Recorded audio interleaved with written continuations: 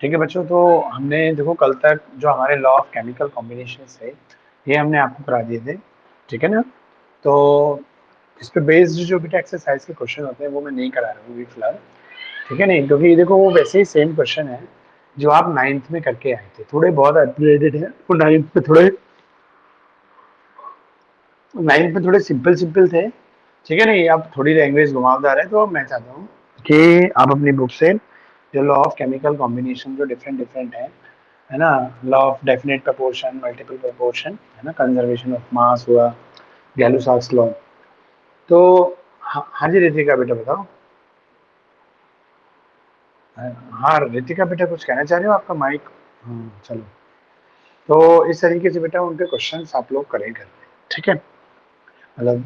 और अब देखो हमारा जो नेक्स्ट सेक्शन है बेटा इस यूनिट का, जो 7th सेक्शन है जो हमें दे रखा है, वो दे रखा होता है एनसीईआरटी का, पता नहीं, मैं एक प्राइवेट पब्लिकेशन की बुक है उसमें ये 7 नंबर का सेक्शन ही है।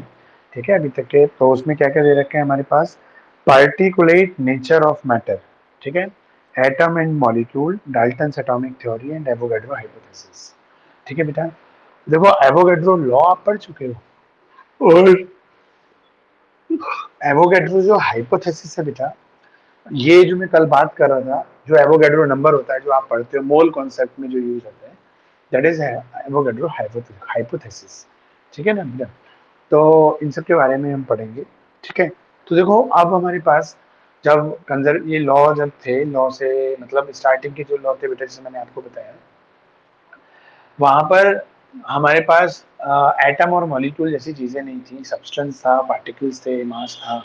ठीक है ना, ये नहीं पता था कि ये पार्टिकल किस किस से मिलके बना है, इसकी स्मॉलेस्ट यूनिट कौन सी है। ठीक है, समय आगे बढ़ा, साइंस आगे बढ़ी, तो साइंटिस्ट लोगों को पता चल गया भाई, जब अभी एवोगैड्रो लॉ आया तो एवोगैड्रो तो बेटा नंबर ऑफ मॉलिक्यूल पे ही बेस्ड है। इससे क्लियर हो रहा है कि जब तक एवोगैड्रो लॉ आया होगा बेटा, तब तक हमारे पास एटम मॉलिक्यूल की थ्योरी आ गई होगी। ठीक है बेटा। तो हम क्या लेंगे बेटा कि हमारे पास मतलब कहने का तो अब जल्दी से इन्हीं चीज़ों पे आगे बढ़ते हुए कि अब देखो जो डाल्टन एटॉमिक थियरी है। ठीक है, तो स्टार्टिंग के जो 3 लॉ थे, है ना, उन्हीं के बाद जैसे जो बात के लॉ है उनसे पहले ये हमारी डाल्टन एटॉमिक थ्योरी थी वो आ गई थी। आप इसकी ईयर ऑफ डिस्कवरी देख सकते हैं। ठीक है ना, बुक्स में सबके देखो, मैंने एक चीज़ सारे लॉ में क्या नहीं पढ़ाया, वो आप किताब से पढ़ सकते हो सिंपली, इसलिए मैंने नहीं समझाया कि जैसे हमारे पास law of conservation of masses की, ये कब दिया गया था, किस ईयर में दिया गया था, है ना, किसने दिया था, है ना, तो ये सब चीज़ें मैंने नहीं बताई हैं आप लोगों को, या बुक से जब पढ़ोगे तो आपको पता चल जाएगा। चलो, तो इसी बीच में बेटा एक डाल्टन एटॉमिक थ्योरी आई। वैसे कहते तो ये हैं, अब वही वाली चीज़ है कि साइंटिफिक सोसाइटी में रजिस्टर्ड नहीं है। ठीक है, तो कहने का मतलब ये, कोई भी सब्सटेंस जिन छोटे छोटे पार्टिकल से मिलकर बना होता है, ठीक है, कोई भी सब्सटेंस, जैसे अब मान लो वाटर है, वाटर भी लिक्विड स्टेज में होता है। ठीक है ना बेटा, तो वो लिक्विड स्टेज में जो वाटर होता है बेटा, वो भी मतलब जैसे अब मैं, अगर जो आप जानते हो उसके बेसिस पे समझाऊं कि H2O मॉलिक्यूल से बना होता है, तो H2O मॉलिक्यूल पूरा एक पार्टिकल है ना। तो बाद में पता चला ये जो H2O मतलब जो वाटर के पार्टिकल्स हैं उसमें क्या क्या है, तो पता चला हाइड्रोजन के एटम है, ऑक्सीजन के एटम है। ठीक है नहीं बेटा, तो इस तरीके से ये चीजें आई हमारे सामने। ठीक है, तो अब डाल्ट अब क्लियर है, अब मैं इसलिए स्टार्टिंग करते हैं चीज़ों की। तो अब इस सेक्शन में जो सबसे पहली चीज़ दे रखी है वो ये दे रखी है, डाल्टन्स एटॉमिक थ्योरी। क्लियर है, तो देखो डाल्टन्स ने जो सबसे पहली थ्योरी जो एटम से रिलेटेड है बेटा, वो जो दी वो किसने दी, डाल्टन ने दी। ठीक है, और डाल्टन ने क्या बोला, वही जो हमारा मैटर की डेफिनेशन है, वही डाल्टन एटॉमिक थ्योरी का सबसे पहली पोस्टुलेट है। ठीक है, याद करो क्या है, मैटर इज कंसिस्ट मतलब matter is the substance which having some mass and occupies some space. ठीक है, and matter is consist with very small particle, चाहे मैटर हमारा सॉलिड हो, लिक्विड हो, गैस हो, कुछ भी हो। ठीक है ना बेटा, तो वो कोई भी तरह का मैटर हो, लेकिन वो छोटे छोटे पार्टिकल से मिलकर बना होता है ना। और जो स्मॉलेस्ट पार्टिकल होता है, कोई भी मैटर जिस सब पार्टिकल से मिलकर बना होता है, जो स्मॉलेस्ट पार्टिकल होता है बेटा, that is smallest particle of any material is called atom, ये स्मॉलेस्ट यूनिट। ठीक है, ऑफ, ये स्मॉलेस्ट पीस बोलो, पार्टिकल बोलो, है ना, यूनिट बोलो, है ना, of any matter, any material, any substance, that is called atom.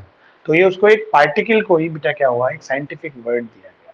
ठीक है, लेकिन अब इसे क्या है, वाटर जो लिक्विड स्टेज में मिलता है वो H2O पार्टिकल है, और H2O पार्टिकल भी किससे मिलके बना है ना, HO और H से मिलके बना है।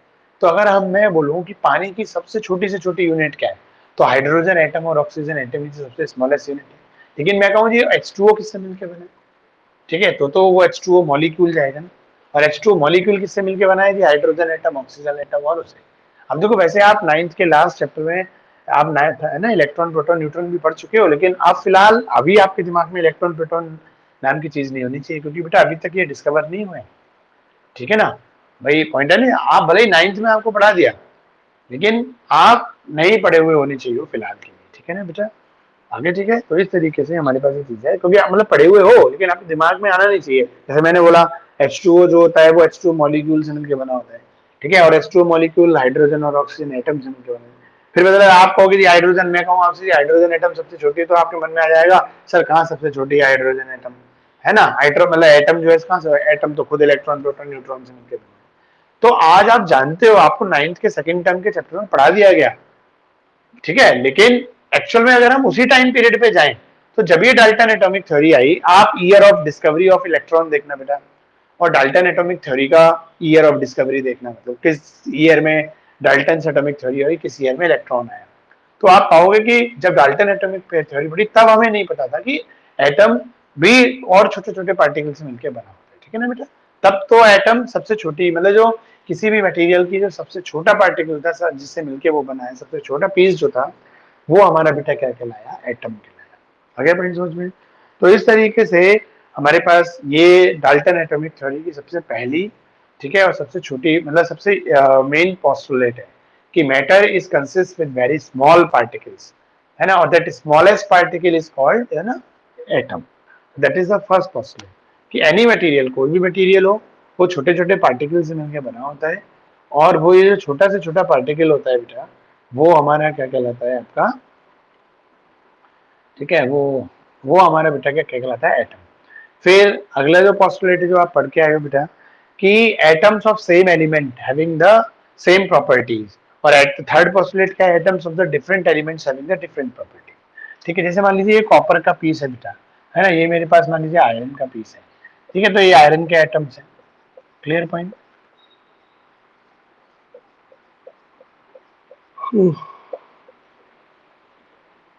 तो अगर बेटा मैं कॉपर और कॉपर के ही एटम का कंपैरिजन करूं, ठीक है बेटा, कॉपर और कॉपर के एटम का ही कंपैरिजन करूं बेटा, आगे पॉइंट समझ में क्लियर है। तो हमारे पास क्या होता कि अब जो इस एटम का साइज होगा वही इस एटम का साइज होगा, वही सारे इन सारे एटम्स का साइज आपस में क्या होगा, आइडेंटिकल होगा, क्लियर है पॉइंट, ठीक। तो इनका मास क्या होगा, सेम होगा, वॉल्यूम क्या होगा, एटॉमिक वॉल्यूम सेम होगा। तो हम ये देख रहे हैं बेटा कि हमारे पास एटम्स अगर एक ही एलिमेंट के हैं, ये पूरा क्या कहलाता है, एलिमेंट, है ना। एटम, एटम देखो दोनों की डेफिनेशन एक दूसरे पे उसने, कि एलिमेंट की डेफिनेशन भी आप क्या पढ़ते हो कि एक जैसे एटम्स को कंबाइन करने से जो स्पीसीज मिल बन के तैयार होती है, हम उसको क्या बोलते हैं बेटा, है ना, हम उसको बोलते हैं आपका एलिमेंट, और एलिमेंट की जो स्मॉलेस्ट यूनिट क्या होती है, वो आपकी होती है एटम, क्लियर। क्लियर, तो इस तरीके से देखो एक ही एलिमेंट के जो एटम होते हैं वो आइडेंटिकल होते हैं in their properties, physical, mainly physical और केमिकल दोनों प्रॉपर्टीज, ठीक है। अब वो फिजिकल प्रॉपर्टी क्या होती है, वो केमिकल प्रॉपर्टी क्या होती है, वो आप पीरियोडिक प्रॉपर्टी में, पीरियोडिक चैप्टर जो आएगा आप उसमें पढ़ोगे, ठीक है। तो एटम्स आर, वो एटम्स ऑफ सेम एलिमेंट्स, है ना, are same in the properties, clear, ये कह सकते हैं are identical in the properties. अब मान लीजिए एक एटम में ले लूं इसका, अब जैसे ऐसे आयरन के, ये आयरन के सारे एटम आप देखो, इन सबका साइज बराबर होगा, वॉल्यूम बराबर होगा, मास बराबर होगा, ठीक है ना बेटा। फिर अब अगर मैं ले लूं एक एटम, तो मैं ले लूं इसका, और बेटा एक एटम मैं ले लूं इसका, ये मान लीजिए कॉपर का एटम है, ठीक है, और ये मान लीजिए आयरन का एटम है। तो अलग अलग एलिमेंट के अगर एटम है तो इनका मास भी अलग हो सकता है, इन दोनों का मास भी आपस में अलग हो सकता है, साइज भी अलग हो सकता है, ठीक है, वॉल्यूम भी अलग हो सकता है ना। और मान लीजिए एटम जो रिएक्शन करता है, मान लीजिए क्लियर, किसी से किसी है, तो वो रिएक्शन करने का पैटर्न भी अलग भी हो सकता है, सेम भी हो सकता है, वो एक डिपेंड, लेकिन मेनली फिजिकल प्रॉपर्टी तो सारी सारी क्या मिलेगी, अलग अलग। तो ये हमारी थर्ड पॉस्टुलेट बन जाती है कि atoms of different elements are different in their property. Generally property उन्होंने कौन सी ली थी, जो फिजिकल प्रॉपर्टी थी, है ना, मास, साइज, वॉल्यूम वगैरह। केमिकल प्रॉपर्टीज उस टाइम इतनी डिस्कवर भी नहीं होती जो आज है, ठीक है ना बेटा। तो जो थोड़ी बहुत थी उस टाइम की वो सिमिलर सी थी। क्लियर या डिफरेंट, ओ सॉरी डिफरेंट, ठीक है। तो इस तरीके से बेटा हमारे पास ये हुआ। चलो, और तो थ्री पोस्टुलेट्स हुई। एक, किसी भी मैटर की जो स्मॉलेस्ट यूनिट होती है वो पार्टिकल, वो हमारा क्या कहलाता है आपका, है ना, आपका कहलाता है बेटा क्या, एटम। और atom of same element having the similar in their physical property, है ना, या प्रॉपर्टीज भी बोल सकते हो। And atoms of the different element are the different, ठीक है बेटा। तो इस तरीके से हमारा तीन प्रॉपर्टीज हुई। इसके बाद देखो जो फोर्थ पोस्टुलेट बनती है ना, ये मेन तो तीन ही पोस्टुलेट है, क्लियर भाई। इसके बाद और डिफरेंट डिफरेंट पोस्टुलेट्स हैं अलग अलग, ठीक है, वो उनकी केमिकल प्रॉपर्टीज पे जैसे बेस्ड थी। तो हमारे पास, तो अब जैसे क्या होता है, जो नेचर होती है, जो बॉन्डिंग होती है, ठीक है नहीं बेटा। क्लियर, जैसे मान लो फोर्थ पोस्टुलेट पे देखो इसमें क्या लिख रहा है आपके पास, कि what is the nature of the binding force between the atoms and the molecules, है ना, which account of the existence of the matter. मैंने आपसे बोला ना, अगली जो पोस्टुलेट्स हैं वो केमिकल प्रॉपर्टीज पे बेस्ड करती है, ठीक है। तो और कुछ फिजिकल प्रॉपर्टीज पे भी, जैसे क्या मान लो इस कॉपर और कॉपर एटम के बीच में बेटा देखो, इनके बीच में कोई बॉन्डिंग तो है नहीं, है ना। ये सब एक सरफेस सरफेस के बीच में, इनके बीच में ये तो है नहीं कि इनके बीच में, अब वही वाली बात है, मैं कैसे आपको समझाऊं कि बॉन्डिंग वाली चीज तो इलेक्ट्रॉन पे बेस्ड होती है कि भाई एक इलेक्ट्रॉन इसका, एक इलेक्ट्रॉन इसका, इन्होंने शेयर कर रखी हो, इन्होंने लॉस करनी हो, ये तो मैं तब बताऊंगा ना आपको, मतलब मेरे से मतलब डाल्टन इस चीज को तो तब बता पाते ना कि जब उस टाइम तक इस इलेक्ट्रॉन की डिस्कवरी हो चुकी होती, ठीक है ना बेटा। तो इस तरीके से अब देखो, जैसे डाल्टन एटॉमिक थ्योरी का ईयर मैं आपको देख के बताता हूँ, कितना दे रखा है इसमें,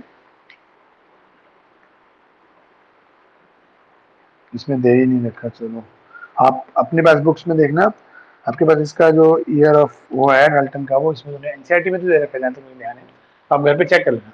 तो मेरे कहने का मतलब सोचो कैसे बताएं, तो ये कैसे जुड़े हुए हैं। तो उस टाइम तो बस यही बोला गया कि ये जो सरफेस सरफेस के बीच में, क्योंकि इनके बीच में वही कॉपर और कॉपर, है ना, आयरन और आयरन, जितने आयरन के एटम है ये आपस के बीच में एक वीक वंडरवॉल फोर्स से जुड़े होते हैं, ठीक है ना। तो इनकी सरफेस सरफेस के बीच में एक फोर्स ऑफ अट्रैक्शन होता है, क्लियर है। अब देखो जैसे मेल्टिंग पॉइंट है, बॉइलिंग पॉइंट है। अब सोचो मेल्टिंग पॉइंट क्या होता है, कोई सॉलिड सब्सटेंस जिस टेम्परेचर पर मेल्ट होना स्टार्ट हो जाए, मतलब सॉलिड से लिक्विड स्टेज में कन्वर्ट होना स्टार्ट हो जाए, तो the temperature at which any liquid is started to convert into the liquid stage, that is the melting point. तो आप सोचो आपने टेम्परेचर दिया तो क्या होगा, इन एटम एटम की सरफेस के बीच में जो एक, है ना, अट्रैक्शन फोर्स है जिसकी वजह से पास पास है ना, और सॉलिड स्टेट में उस टेम्परेचर से वो फोर्स टूटने लगता है। ये दूर फोर्स छूटने पे ये दूर दूर होने लगते हैं, दूर दूर होंगे तो वही सॉलिड छूट किस में कन्वर्ट हो जाएगी, लिक्विड में होगी, स्टार्ट हो जाएगी। तो बेटा आप कॉपर कॉपर की सरफेस के बीच का फोर्स और आयरन आयरन के बीच की सरफेस का फोर्स वो तो अलग हो सकता है ना, कॉपर और कॉपर कॉपर कॉपर में तो सेम सेम है, लेकिन जो आयरन आयरन की सरफेस के बीच का फोर्स ऑफ अट्रैक्शन होगा वो इनमें आपस में सेम होगा, इसमें आपस में सेम होगा। लेकिन ये जो फोर्स ऑफ अट्रैक्शन जो कॉपर कॉपर के बीच है और जो force of attraction iron iron के एटम्स के बीच में, ये तो डिफरेंट होता है। हमारे ये किसी में ज्यादा है किसी में कम, ठीक है। तो जिसमें कम होगा उसका मेल्टिंग पॉइंट भी क्या होगा, कम होगा। जिसमें फोर्स ऑफ अट्रैक्शन ज्यादा होगा आपको ज्यादा एनर्जी देनी पड़ेगी तब जाके वो फोर्स ऑफ अट्रैक्शन टूटेगा। तो पार्टिकल के बीच के देखो ये फोर्स ऑफ अट्रैक्शन की जो नेचर थी, इस पे भी अब देखो, तो ये बॉइलिंग मेल्टिंग पॉइंट जो होती है या बॉइलिंग पॉइंट, ये भी कैसी प्रॉपर्टी है, ये भी फिजिकल प्रॉपर्टीज क्लियर है पॉइंट। तो अब इनके बीच में एटम्स के बीच में बाइंडिंग फोर्सेस क्या है, ये सारी चीजें ये यहाँ पे लाए, ठीक है ना बेटा। तो इस तरीके से हमारे पास ये चीजें हैं। और देखो लास्ट नंबर पे क्या दे रखी है कि इट मेक्स नो डिस्टिंक्शन, है ना, between the ultimate particle of an element और ए कंपाउंड, ठीक है ना। तो कि एक जैसे मान लो कोई एलिमेंट है, जैसे मान लीजिए कॉपर एलिमेंट का जो पार्टिकल है वो तो एटम की फॉर्म में है, और जो कंपाउंड होते हैं जैसे अभी हमने बोला, है ना, H2O, है ना, मान लिया आपने पानी लिया तो पानी में क्या है H2O। अब H2 बाद में पता चला जी H और O से, तो इसका छोटा से छोटे पार्टिकल में तो कई सारे एटम है भाई, मतलब वाटर तो बेसिकली पार्टिकल का पार्टिकल तो ये है ना। और किसी जो एलिमेंट है, एलिमेंट का पार्टिकल ये सीधा एक सिंगल ही है। तो इनमें ये डिस्टिंग्विश ढंग से नहीं करता है, एक जगह तो पार्टिकल एटॉमिक फॉर्म में है और एक जगह पार्टिकल किसी मैटर का क्या है, मॉलिक्यूलर फॉर्म में है। तो इनकी थ्योरी इस चीज को ज्यादा डिस्टिंग्विश नहीं करती, ठीक है नहीं, आगे समझ में। तो कि कब तो मतलब हमारे पास पार्टिकल एटम भी हो सकता है और पार्टिकल के छोटा से छोटा, एक तरफ तो ये कह रहे थे कि कोई भी मैटर जिस चीज से मिलकर बना होता है ना, जिन पार्टिकल वो स्मॉलेस्ट पार्टिकल जो होता है वो हमारा क्या कहलाता है, एटम कहलाता है, ठीक है। जो स्मॉलेस्ट पार्टिकल है वो आपका एटम है। अब यहाँ तो स्मॉलेस्ट पार्टिकल एटम नहीं है, यहाँ तो वाटर जिनसे मिलके बना है वो तो H2 है, और H2O किससे है, चलो तो यही पॉस्टुलेट थोड़ी सी, तो ये इस चीज को थोड़ा सा प्रॉपरली डिस्टिंग्विश नहीं करता है, ठीक है ना, तो ये दिक्कत है। बाकी फिर आगे समय आगे बढ़ा, कुछ और डिस्कवरीज हुई, तो बेटा डाल्टन के और भी पॉइंट गलत आने लगे, ठीक है ना। हाँ, जैसे डाल्टन के देखो एक दो पॉस्टुलेट्स और क्या इसमें दे रखी है कि एटम जो होता है वो इंडिविजिबल होता है, ठीक है, हम इसके और टुकड़े नहीं कर सकते, तो मतलब यही वाली प्रॉपर्टी से मैच करता है। जैसे मान लो H2O है, तो H2O किससे मिलकर बना है, जो हाइड्रोजन और ऑक्सीजन एटम से मिलकर बना है, तो मॉलिक्यूल के टुकड़े होकर और एटम बन गया, है ना। तो एटम जो होती है स्मॉलेस्ट यूनिट होती है, क्लियर। एक तो ये चीज, और ये क्या होता है ना, इंडिविजिबल है, और एटम क्या होता है, न्यूट्रल होता है, ठीक है। तो दो पोस्टुलेट ये और थी कि किसी भी मटेरियल का जो स्मॉलेस्ट यूनिट है, मतलब जो एटम है, वो क्या होता है, इंडिविजिबल होता है, जिसके हम और डिविजिबल नहीं है, मतलब और टुकड़े नहीं कर सकते, चार से चार जितने टुकड़े, सबसे छोटा टुकड़ा यही होता है, ठीक है। ये तो इस तरीके, और एक क्या कि एटम जो होता है वो न्यूट्रल होता है, उसमें कोई चार्ज नहीं। तो देखो बाद में पता चला कि एटम के अंदर भी जब डिस्कवरी हो गई बेटा इलेक्ट्रॉन की, उसके कुछ समय बाद प्रोटॉन की डिस्कवरी हुई, न्यूट्रॉन की तो काफी समय के बाद हुई फिर, ठीक है ना बेटा। तो अब भाई एक तरफ डाल्टन ने कह दिया कि किसी भी मटेरियल का, है ना, जो छोटा से छोटा पार्टिकल है जिनसे मिलके बनता है वो एटम होता है, अब पता चला एटम भी इलेक्ट्रॉन और प्रोटॉन से मिलके बन रहा है, तो उसका ये पोस्टुलेट गलत हो गया, ठीक है नहीं। और एटम क्या है, न्यूट्रल होता है, लेकिन एटम के अंदर जो मिल्क पार्टिकल है वो नेगेटिवली चार्ज और पॉजिटिवली चार्ज, ठीक है ना। तो ये भी एक थोड़ी डाउटेबल सिचुएशन बन गई, लेकिन वो समझ में आया नहीं। तो इस तरीके से देखो एटम हमारे डाल्टन मॉडल की जो पहला पॉइंट है वो आज भी चल रहा है कि किसी भी मटेरियल की जो स्मॉलेस्ट यूनिट होती है दैट इज कॉल्ड एटम, ठीक है। लेकिन अब बात आ गई यहाँ पर कि जब इलेक्ट्रॉन प्रोटॉन न्यूट्रॉन बन गई तो अब तो वो स्मॉलेस्ट यूनिट नहीं बची एटम, क्लियर पॉइंट। भाई देखो मान ले पानी है, पानी H2O मॉलिक्यूल से बना है, H2 मॉलिक्यूल किससे बन के बना है, हाइड्रोजन ऑक्सीजन एटम से मिलकर बना है, चलो यहाँ तक तो सही था। अब डिस्कवरी हो गई तो जी एटम के अंदर भी है, तो अब तो कह सकते हैं जी पानी की जो सबसे छोटी जो चीजें हैं वो एटम नहीं है, एटम से भी छोटा कुछ है, इलेक्ट्रॉन प्रोटॉन, ठीक है नहीं बेटा। तो इस तरीके से ये पोस्टुलेट एटम इंडिविजिबल है ना, तो ये दोनों बातें एक ही हो गई, मतलब दोनों पोस्टुलेट क्या हुआ बेटा इस तरीके से आगे जाके गलत होने लगी, तो यही बनी क्या बेटा हमारी drawbacks of the Dalton's atomic theory, clear है। तो इस तरीके से हमारे पास ये चीजें हैं, क्लियर है। चलो अब इसी में देखो एक फिर कुछ समय के बाद जब ये दिक्कतें आई, तो इस डाल्टन थ्योरी में क्या हुआ, मॉडर्नाइजेशन हुआ, मतलब इसमें थोड़े इंप्रूवमेंट करेंगे, इसको बोलते हैं modified atomic Dalton atomic theory. तो इसकी देखो मैं पोस्टुलेट जो मॉडर्नाइजेशन करने के बाद जो डाल्टन एटॉमिक थ्योरी की पोस्टुलेट्स बनी, मैं एक बार बुक से आपको पढ़ रहा हूँ, है ना, आप उनको ध्यान से सुनिएगा क्या क्या चीजें थी, ठीक है ना। तो देखो as a result of the research, है ना, रिसर्च डिफरेंट डिफरेंट रिसर्चेज, ठीक है। तो scientist made by various chemist and the physics, जो फिजिक्स और केमिस्ट्री के बहुत सारे साइंटिस्ट थे, रिसर्चर्स थे, है ना, उन्होंने जब डिफरेंट डिफरेंट रिजल्ट निकाले, तो Dalton atomic theory had undergo radial changes, कुछ चेंजेस के में इसमें आए, ठीक है। वो क्या क्या चीजें थी देखो उसमें, the main point of the modern theory वो क्या चीज है बेटा वो देखो। तो पहला है atom is no longer considered to be the indivisible, atom, है ना, इज नो लॉन्गर कंसिडर, और ज्यादा समय तक, है ना, कंसिडर्ड नहीं किया गया, किस बात के लिए कि एटम इज इंडिविजिबल, है ना, वो इंडिविजिबल है क्योंकि उसके अंदर तो और पार्टिकल मिल गए, ठीक है नहीं। तो इस तरीके से, तो ये चाहे पॉइंट ज्यादा टाइम नहीं चल पाया, तो ये इसमें चेंजेस, इसमें मॉडिफिकेशन, ठीक है नहीं बेटा, मतलब इस पॉइंट को चेंज कर, क्लियर। अगला देखो क्या दे रखा है, atom of the same element में हैव डिफरेंट एटॉमिक मासेस, जैसे अभी तक इन्होंने क्या बोला कि एटम्स ऑफ सेम एलिमेंट, जैसे ये कॉपर का एटम है, ये कॉपर का एटम है, ये कॉपर का एटम है, ये कॉपर कॉपर के एटम, तो मैंने अभी आपको बताया इनका मास, इनका atomic size, atomic radius, atomic volume सब बराबर होता है, मतलब सेम है ना, elements atoms of same element having the similar properties, ये था। तो अब देखो बेटा इसी में क्या चेंजेस आए कि कुछ समय के बाद पता चला कि जो हम बेटा हमारे हाइड्रोजन एटम होता है, कुछ समय के बाद हमें क्या पता चला कि जो हाइड्रोजन एटम होता है ना, उसके भी अंदर तीन तरह की हाइड्रोजन होती है, एक हाइड्रोजन जिसका मास 1 हो, एक हाइड्रोजन एटम ऐसे जिसका मास 2 हो, एक हाइड्रोजन एटम जिसका मास क्या हो बेटा 3 हो। आ गया पॉइंट समझ में, क्या है, तो डिफरेंट डिफरेंट हाइड्रोजन एटम से मिलके बनी है, मतलब ये जो एक हाइड्रोजन एटम है कि भाई 99% पार्ट तो अकेला यही है इसमें, बाकी 1% में बेटा ये दोनों है, 99 पॉइंट भी 9 में आ जाता है, 99.9 समथिंग रहता है, तो 0.1% जो होता है केवल और केवल कौन सा मिलते हैं, ये दोनों मिलते हैं। तो कितने भी हो जाए बेटा फ्रिक्शंस में कितने भी कम हो, डेसिमल में कितने भी कम हो, तो कुछ ना कुछ तो है। तो हाइड्रोजन एटम शुरुआत में तो ये था, फिर जैसे समय आगे बढ़ा, रिसर्च आगे बढ़ी, तो पता चला बेटा कि हाइड्रोजन एटम में भी 3 तरह के हाइड्रोजन एटम्स हैं। मतलब हाइड्रोजन भी के एटम्स भी 3 तरह के होते हैं जिनका मास क्या होता है, और एटॉमिक नंबर तो देखो शुरुआत में था नहीं। तुम सोचो कि यहाँ पे मैं बोल दूं 1h1 1h2 1h3, मैं क्यों नहीं बोल रहा वो 1, क्योंकि एटॉमिक नंबर की डिस्कवरी तो होने दो अभी। एटॉमिक नंबर की डिस्कवरी नहीं तो इलेक्ट्रॉन प्रोटॉन के वो आ गए, मॉडल आ गए, है ना, थॉमसन मॉडल, रदरफोर्ड मॉडल, तब तक भी एटॉमिक नंबर नहीं बना था। ठीक है ना बेटा, उसके बहुत टाइम के बाद 1913-14 के आसपास, है ना, 16 13 to 6 में एग्जैक्टली तब जाके एटॉमिक नंबर बना। तो तब तक तो बेटा हमारे पास मास ही मास था एटम्स का। तब इन्होंने क्या पाया, जो हाइड्रोजन एटम होता है, और केवल अकेला हाइड्रोजन ही नहीं, ऐसे और भी कई सारे हैं, जैसे कार्बन है। तो जो कार्बन हम ओवरऑल मिलता है उसमें 3 तरह के कार्बन एटम्स होते हैं, C12, C13, है ना, C14। आगे पॉइंट समझ में? तो ये 3 तरह के उनसे मिलके बना है ना, क्लियर पॉइंट। तो हमारे पास ये कंडीशन रहती है, ठीक है। तो ये इस तरीके से बेटा हमारे पास क्या कंडीशन है, थोड़ा सा ये रहता है, ठीक है। तो अब हमारे पास चीजें आती हैं इस तरीके कि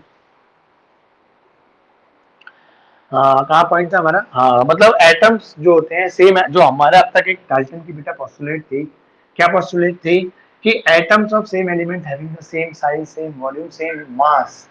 लेकिन अब तो हाइड्रोजन, ये एक ही हाइड्रोजन एलिमेंट के एटम है, लेकिन इनके मास क्या मिल रहे हैं बेटा, डिफरेंट मिल रहे हैं। आगे पॉइंट समझ में? तो इस तरीके से बेटा ये हमारे पास वो वाली पोस्टुलेट में भी दिक्कत आने लगी, क्लियर पॉइंट। तो इसमें भी चेंजेस करे गए। तो जब ये इनको बोला गया आइसोटोप्स, इनको क्या बोला जाता है, आइसोटोप्स, मतलब एक ही एलिमेंट के। अब देखो, अभी जो आप फाइनल डेफिनेशन आइसोटोप की पढ़ते हो बेटा, वो क्या पढ़ते हो, आप याद करो। आप ये पढ़ के आए हो आइसोटोप्स की जो डेफिनेशन है, that having the same atomic number and different atomic mass. लेकिन आप बताओ, जब ये प्रॉब्लम क्रिएट हुई तब क्या एटॉमिक नंबर आया था, नहीं आया था। तो पुराने जमाने में आइसोटोप्स की जो डेफिनेशन थी बेटा, वो ये थी कि elements sorry atoms of same element, एक ही एलिमेंट के एटम जिनका मास अलग अलग हो, atoms of same element which having the different mass, that is called atomic number. तो डिस्कवर, वो तो बाद में जब हो गया तब मॉडर्न डेफिनेशन बना दी गई कि atoms of same element which having the same atomic number and different atomic mass. ठीक है बेटा, तो समय के साथ ही तो मैं चाहता हूँ आपको वो पुरानी चीजें भी पता हो बेटा, और आप जो नई चीज हो गई है वो भी जानते हो, ठीक है ना, हमें पूरा प्रोसीजर पता हो। ठीक है, आज बस हम मॉडर्नाइजेशन में जी के रहते हैं, है ना, मतलब फाइनल बात है, यही तो लिखनी है, यही तो करनी है। लेकिन बेटा देखो, मकान के अंदर नींव होती है जो दिखती नहीं है। ऐसे ही आज के जो लॉ हैं वो कैसे बने, पुराने लॉ कुछ अलग थे, उनमें कुछ चेंजेस आए, है ना, प्रॉब्लम्स क्रिएट हुई, कुछ चेंजेस आए तो मॉडर्न बना। तो मैं चाहता हूँ कि आपको पुरानी चीज भी बताओ जो स्टार्टिंग में बनी, और जो आज है वो भी बताओ, ठीक है ना, क्या बीच में प्रॉब्लम आई वो भी बताओ जिसकी वजह से चेंजेस आए, और ऐसे पढ़ने की बेटा आदत डालो, ये आपको बहुत फ्रूटफुल होगी, ठीक है ना बेटा। चलो, तो इस तरीके से हमारे पास देखो और भी देखो क्या और इसमें चेंजेस थे। अब देखो थर्ड पॉइंट इसमें दे रखा है, एटम्स ऑफ डिफरेंट एलिमेंट्स में हैव सेम एटॉमिक मासेस। अब अभी तक क्या था कि अगर मान लो एक आयरन का एटम है और एक कॉपर का एटम है, तो अलग अलग एलिमेंट के जो एटम होते हैं इनके मास, एटॉमिक वॉल्यूम, एटॉमिक साइज अलग अलग। लेकिन समय आगे बढ़ा तो पता चला, देखो अब जैसे आर्गन है ना, जब हमारी इनर्ट गैसेस डिस्कवर है, तो आर्गन जो एलिमेंट का जो एटम होगा बेटा, ठीक है ना बेटा, अब आयरन के, आर्गन का जो एटम का मास होता है वो भी 40 होती है, मान लीजिए, और ये कैल्शियम है, तो कैल्शियम के एटम का मास भी क्या होता है, 40 होता है, ठीक है नहीं, क्लियर। तो मतलब वो 39.1 का क्या होता है, एग्जैक्ट 40 होता है। पोटेशियम का क्या होता है, ऐसी देखो, पोटेशियम का क्या होता है, 39 पॉइंट, है ना, 1 करके होता है, तो वो 39 लिखते हैं, क्लियर है। तो इस तरीके से में 39.8 होता है, तो उसको हम 40 लिख लेते हैं। तो कहने का, एटम्स हैं डिफरेंट एलिमेंट के, लेकिन इनका मास क्या बन गया, इक्वल। तो आप देख रहे हो डाल्टन की सारी, अभी तक जो आपने देखा, सारी प्रॉपर्टी ही क्या मिल गई आगे जाके, जो सॉरी पोस्टुलेट जो डाल्टन थ्योरी ने बताया, आगे जाके सभी गड़बड़ होने लगी, ठीक है नहीं। जैसे पहली क्या थी कि हमारे पास जो एलिमेंट, किसी भी एलिमेंट मैटर का, है ना, जो छोटा से छोटा पार्ट होता है वो क्या होता है, वो वर्ड अलग बुक में आपको मिलता है, किसी भी एलिमेंट का छोटा से छोटा पार्ट एटम है। लेकिन बेसिकली क्या है कि मैटर जिन पार्टिकल से मिलकर बनता है ना, वो छोटा से छोटा पार्टिकल क्या होता है, एटम होता है, ठीक है। अब बाद में पता चल गया, और एक पाए उसी पे बेस दूसरी पोस्टुलेट थी कि एटम इज इंडिविजिबल।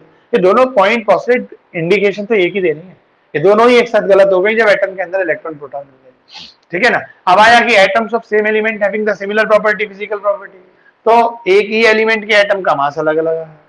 अगली पोस्टुलेट क्या आती है कि atoms of different element having the different property like mass, size and volume. तो क्या हुआ, अलग अलग एलिमेंट के एटम का मास सेम मिल गया, चाहे दो चार कहीं मिला लेकिन मिल तो गया। पॉइंट तो वो तीनों ये पॉस्टुलेट क्या हो गई, अलग अलग हो गई, मतलब डिफरेंट हो गई।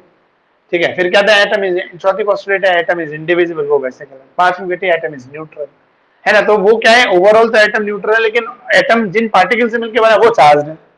तो कहने कहा मोस्ट ऑफ द जो प्रॉपर्टीज थी डाल्टन एटॉमिक थ्योरी की, जो सॉरी पॉस्टुलेट्स थी, सब में कुछ ना कुछ क्वेश्चन मार्क लग गए। समय जैसे आगे बढ़ा, साइंस बड़ी डेवलपमेंट हुआ, तो उसके सभी पॉस्टुलेट्स में कुछ ना कुछ क्वेश्चन मार्क्स आए। ठीक है, तो इस तरीके से हमारे पास चीजें बनी। अगला देखो, इसमें क्या दे रखा है, the ratio in which the different atoms combine. अच्छा, ये कॉम्बिनेशन के बेसिस पे दे रखा है, ये अभी थोड़ा आपको नहीं रहेगा, है ना। और एटम इज नो लॉन्गर इंडेस्ट्रक्टिव, तो डिस्ट्रक्टिव तो मतलब वहीं पहुंच गया आपका, उसमें आइसोटोप्स में और उसमें इंडिविजुअल वाले पॉइंट में। Atom is the smallest particle that can take place in a chemical reaction.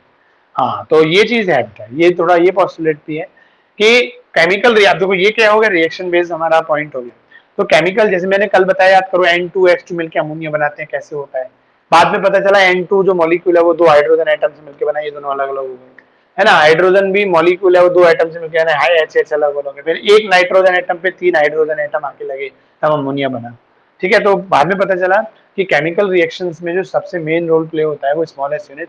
कोई भी मॉलिक्यूल हो, कंपाउंड हो बेटा, जब हम रिएक्शन कराते हैं तो पहले वो अपने एटम्स में टूटता है, फिर एटम एटम मिलके नए एक नया सब्सटेंस बना देते हैं, तो कंपोजिशन भी चेंज हुआ, नए रिएक्शंस भी हुए।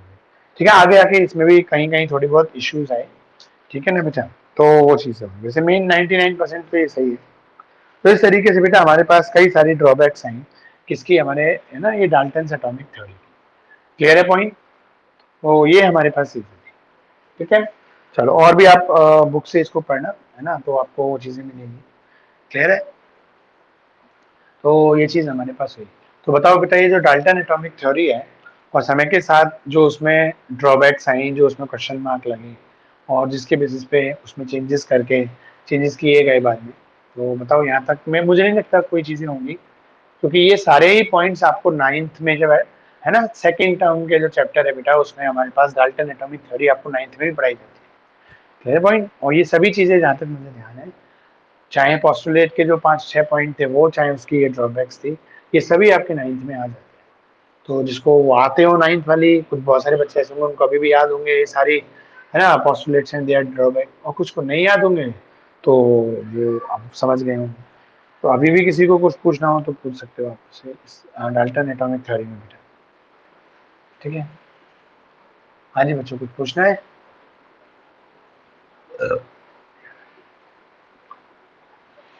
हो, हाँ, किसी को कोई प्रॉब्लम नहीं बेटा। हाँ चलो, हाँ वो आदित्य, वो हाइपर फाइन वाली चीज पढ़ी थी बेटा आपने,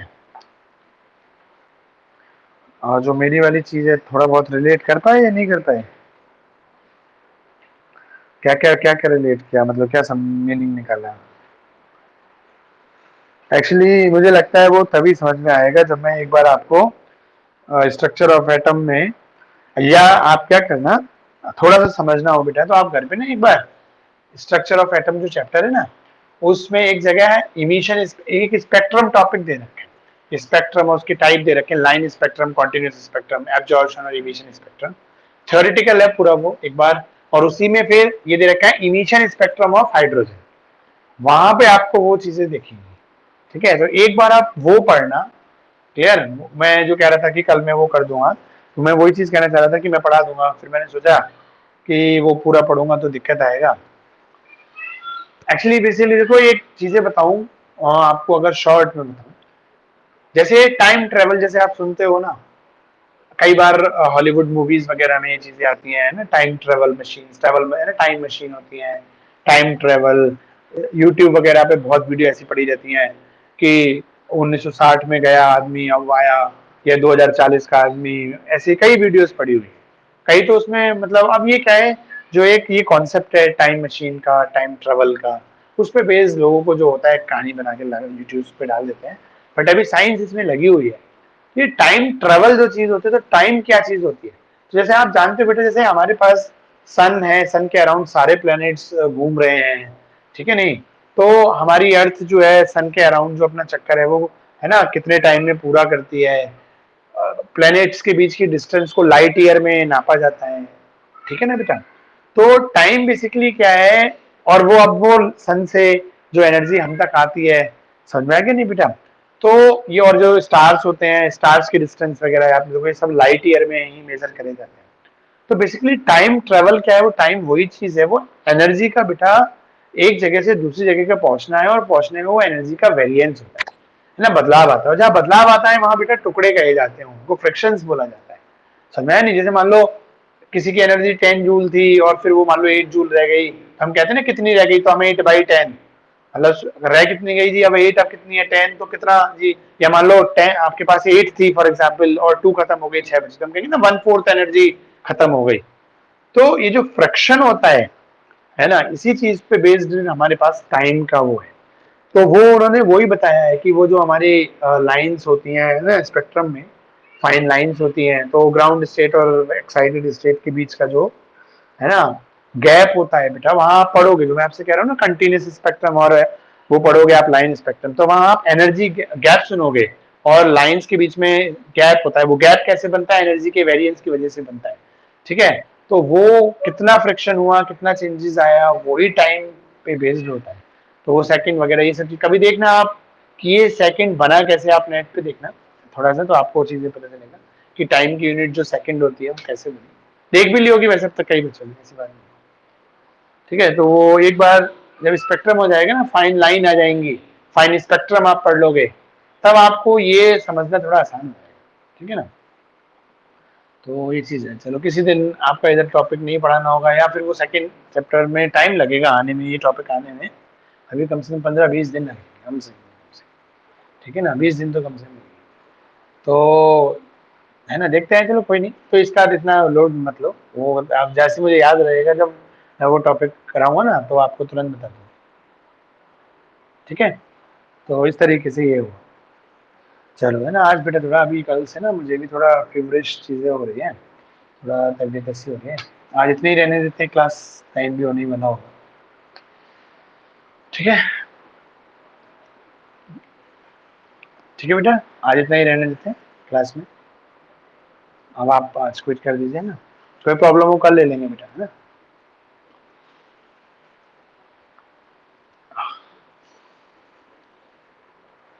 हाँ बेटा बताओ। बेटा पीडीएफ अभी भेजी नहीं है मैंने, है ना, भेज दो। तुम्हारे पास घर पे कोई भी बुक नहीं है बेटा? ठीक है ना, कुछ आजकल भेज देता हूँ, भेज दो। हाँ जी वंदना, कुछ पूछना है? कौन से नोट्स बेटा?